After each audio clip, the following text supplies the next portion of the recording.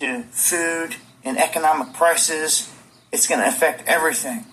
And as an update here, I want to share with you here some information coming from the farmers in Idaho that are facing getting their water shut off here, and let you hear from them exactly what's going on here, and then I'll give some thoughts afterwards. Hey, Christopher, do you see this? See what? Well, we just got our curtailment letter from the Idaho Department of Water Resources, and they're telling us we have to shut our 8 wells off. Shut our water off? What for?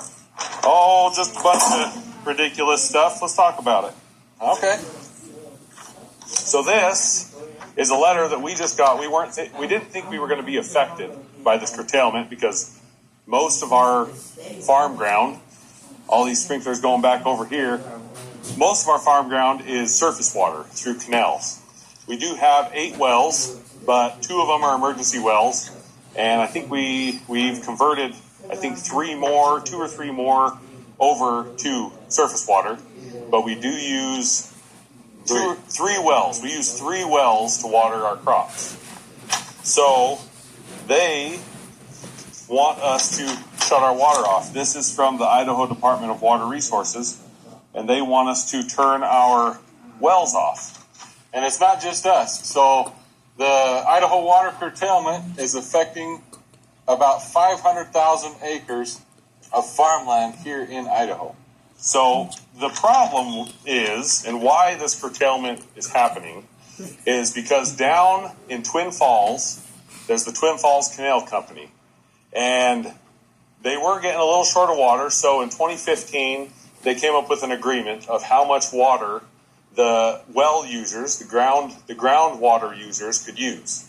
So they were short 74,000 acre feet of water.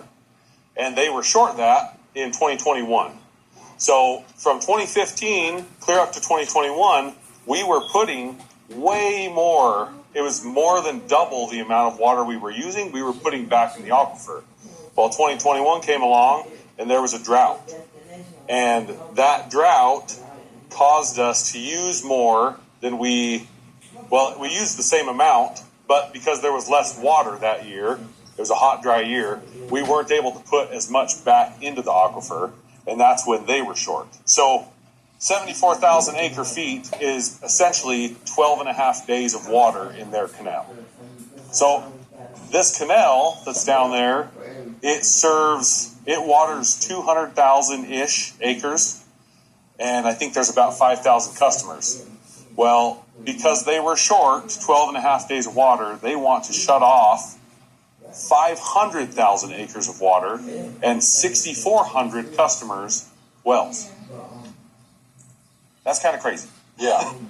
Some would say that is very crazy. Others saying we are in a war, in a battle here amongst the people here in the United States, and this goes beyond the United States as well in terms of this water war. You just heard from the farmers there how they're battling people within their own state in different treaties and compacts that were put into place in modern times. Well, when it comes to the United States, all the way around, this goes back a long time, all the way back to 1944, I believe, where the United States and Mexico had a treaty put into place about water. And this treaty was supposed to be upheld by both sides. Around 80 years old, they say, this treaty. But with all of the droughts, similar to the situation they were just talking about there on the farms, whenever there is a drought, it plays big on the treaty. Because under the treaty, Mexico is required to send the United States 1.75 million acre feet of water every 5 years. Water that they get from the Rio Grande, which is renamed down there, I do believe, to the Rio Bravo. Now, in return, the United States is sending 1.5 million acre feet of water to Mexico from the Colorado River every year. So 1.5 million, 1.75 million, These are pretty close numbers there, but Mexico's only sending that much every 5 years. We're sending it every single year. Now, with drought conditions, Mexico's saying they can't give what they don't have. And this is straining conditions all over the place, all along the border, within Mexico, in areas like Texas, Arizona, New Mexico, the Four Corners region out there. And this is affecting, as we just saw, all the way up into areas like Idaho now, as they extend this.